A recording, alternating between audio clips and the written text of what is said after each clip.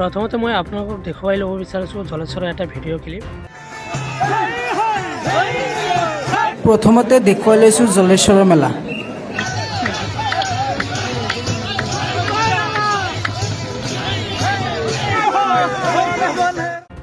আৰু এই ভিডিঅ'টো মই সংগ্ৰহ কৰিছোঁ পল্লা এক্সপ্ৰেছ নামৰ ফেচবুক পেজৰ পৰা। এতিয়া প্ৰশ্ন হয়, ধৰ্মৰ নামত আচলতে এয়া কি?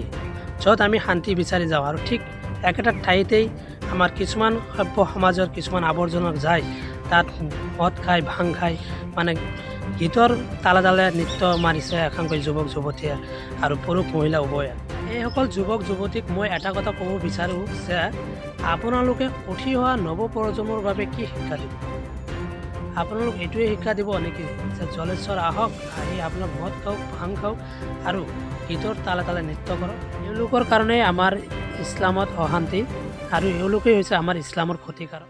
চাওক, অযোধ্যাত ৰাম মন্দিৰ বনোৱা হ'ল আৰু সেই ৰাম মন্দিৰ দৰ্শন কৰিবলৈ বহুত লোক আহিল, অৰ্থাৎ প্ৰায় লাখ লাখ মানুহ আহি গ'ল আৰু এওঁলোক সকলোৱে হিন্দু আৰু হিন্দুৰ বাবে এই অযোধ্যাত ৰাম মন্দিৰটো বনোৱা হৈছে আৰু এওঁলোক হিন্দু হৈ যদি ইমান পইচা খৰচা কৰি যদি আহিব পাৰিছে, হিন্দুসকলৰ মদটো এটা কালচাৰ, এটা সমাজৰ এওঁলোকৰ পৰম্পৰা, গতিকে এওঁলোক আজিকালি মদ নোখোৱাই ৰাম মন্দিৰত পূজা প্ৰাৰ্থনা কৰিলে। আৰু আমাৰ একাংশই যুৱক যুৱতীয়ে কি কৰিছে, ইছলাম ধৰ্মৰ লোকসকলে কি কৰিছে, ইফালে জলচাত যায়, ইফালে গীতৰ তালে তালে মদ খাই ভাং খাই গীতৰ তালে তালে নৃত্য কৰি আছে। এয়াই হৈছে আমাৰ সভ্য সমাজৰ কিছু আৱৰ্জনা।